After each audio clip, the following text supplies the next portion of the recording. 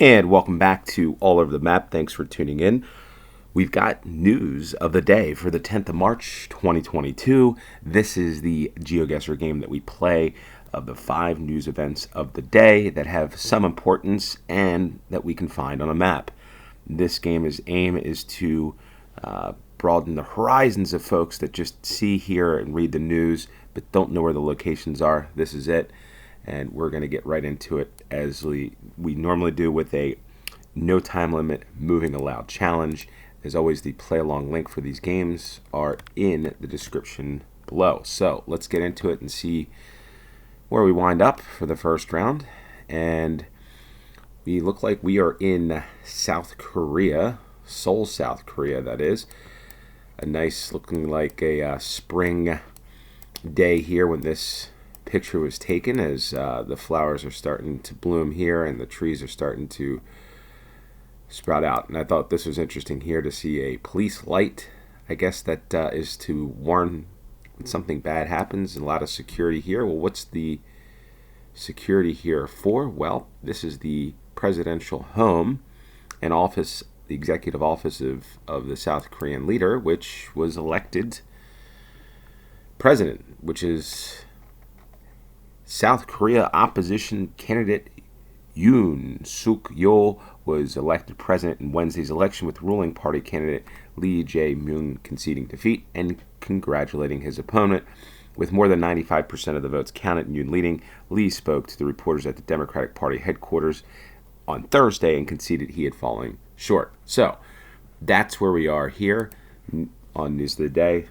New leader running South Korea. So let's find out where this blue, it's called the Blue House in South Korea, in Seoul. I think it's just north of the city. And let's take a look. So here's Seoul. And I think it's up here. Yeah, I think this is Changwade. I think we were right here on this road.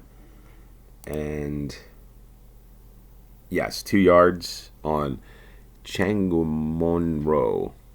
2 yards, 5,000 points. Off to the next news article, which is Lotnisko Jopina Warsawi. Not sure if I said that right, but we're in Warsaw here at the airport. What's going on in the airport here? There's a courtyard in Poland. Well, big events unfolding as the Vice President of the United States is on a big diplomatic test with Poland amid fallout over planes for Ukraine. The Vice President is visiting Poland and Romania to reassure NATO allies as Russia steps up its attack on Ukraine. So her mission saw her flying to the airport, as we saw there, in Poland. But this is going to be an interesting test because Poland's supplying Ukraine with the MiG aircraft, which is going to be interesting, and trying to get some unity there. I thought to include this where I saw that she disembarked, I should say, from Air Force 2 upon arrival at Warsaw Chopin Airport on the 9th of March. She's on a 3-day trip to Poland and then to Bucharest in Romania to meet about the war and discussions. I think it's just more diplomatic, as it says. And let's find out where the airport here is in Warsaw. So this is another good time to look at Warsaw, Ukraine on the map here. And a lot of refugees pouring in from Ukraine into Poland. So, and then Warsaw's here. And as we see here, Bucharest, she heads off there, I believe, tomorrow, Friday. So let's see where the airport is in Warsaw. And there is Lotnisko Jopina. And I think there's the courtyard. And I think we were just right on this bend there near the McDonald's, funny enough, in Warsaw. Poland. 5,000 points, 5 yards. So we got a nice beach. So we go from Poland to the sandy beaches of, this person left, Florida. So we've got what's going on here in Florida. There's some ships. There's people on the beach enjoying their time. This guy wondering why there's somebody with a camera on here. Wonder where this person is. They've left all their goodies there. Well, Spring breakers. So, party like it's 2019. Florida and Fort Lauderdale expect triple the amount of visitors over last year as tens of thousands prepare to celebrate the first spring break in the U.S. free of COVID rules. Dubbed as Spring Break Central, Fort Lauderdale officials said in a news conference that they expect to reach unprecedented levels of visitors since the COVID pandemic. So these beaches are going to be packed in the upcoming weeks. Some new rules this year include no coolers, tents, or any other kind of folding furniture that can go in the stand. There's a good reason for that, folks. If you've ever been to the beaches in Florida, for that matter, where it's windy, those things are flying projectiles that can happen. Also, live and amplified music not allowed, while underage drinking as well as public intoxication on beach and sidewalks will be prohibited. So we're going to take a look at this. I will say this, spring break is a big thing for college and university students in the United States.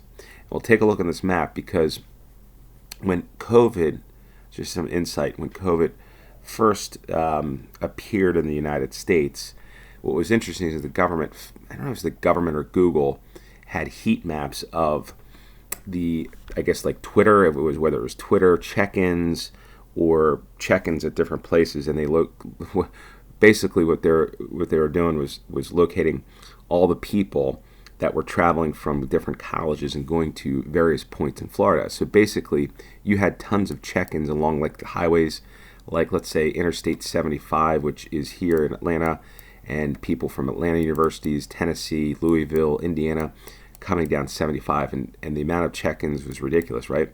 While everybody was starting to lock down, a lot of travel to Florida, and there were some outbreaks, I think, on the beaches when COVID, so that was an interesting thing. But if you look at this on a map, basically from Chicago, Missouri, to this part of let's say this part of the United States here, will travel long distances. I mean, 12, 13, 14, 15, 16-hour driving. Kids, very much kids, 18 to 22-ish, college students that flood these areas. I mean, absolutely flood them.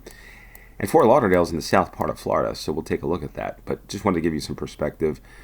And that's, I guess, beginning in the next couple of weeks for the next month or so. So we were, I think, here near the Ritz-Carlton. I think we were on the beach near the Ritz-Carlton, which I think this is the Ritz here or back here. Not so sure, but in any case, there's the CVS. There's some guys stretching or trying to push that there. Where's the CVS? I think here it is. The CVS here, so probably about there. And there we are, 5 yards, 5,000 points, spring break, Florida. All right, the next one we go from spring break.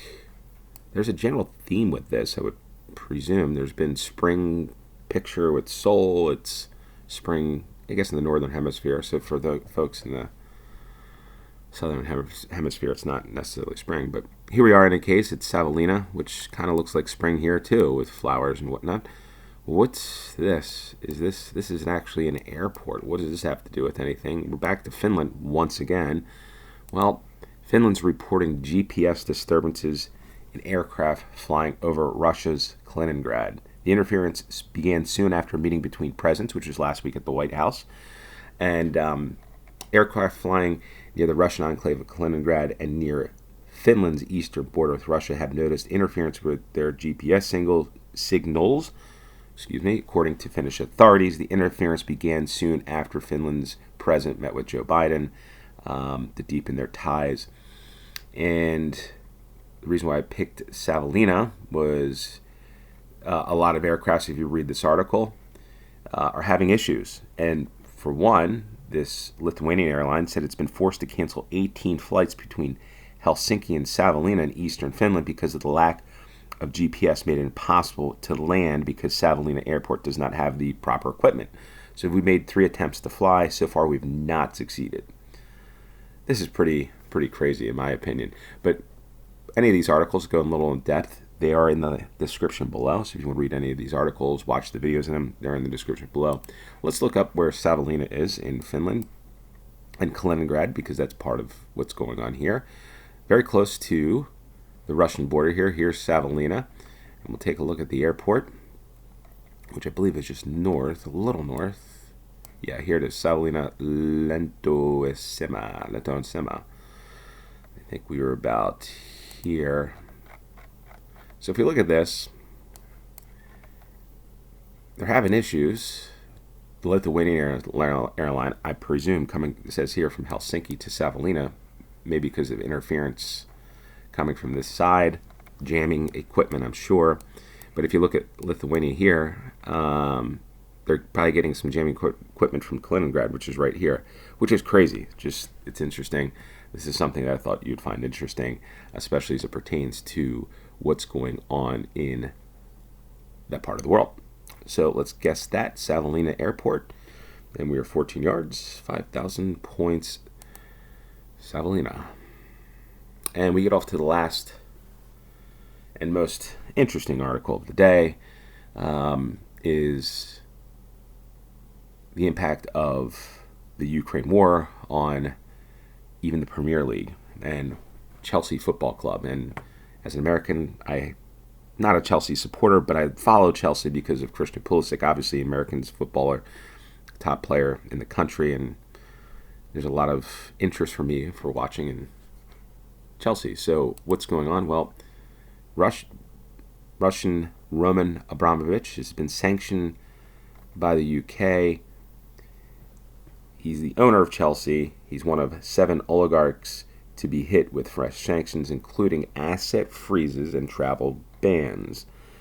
Prime Minister Boris Johnson said there can be no safe havens for those who have supported the invasion. Chelsea cannot sell any more tickets for games.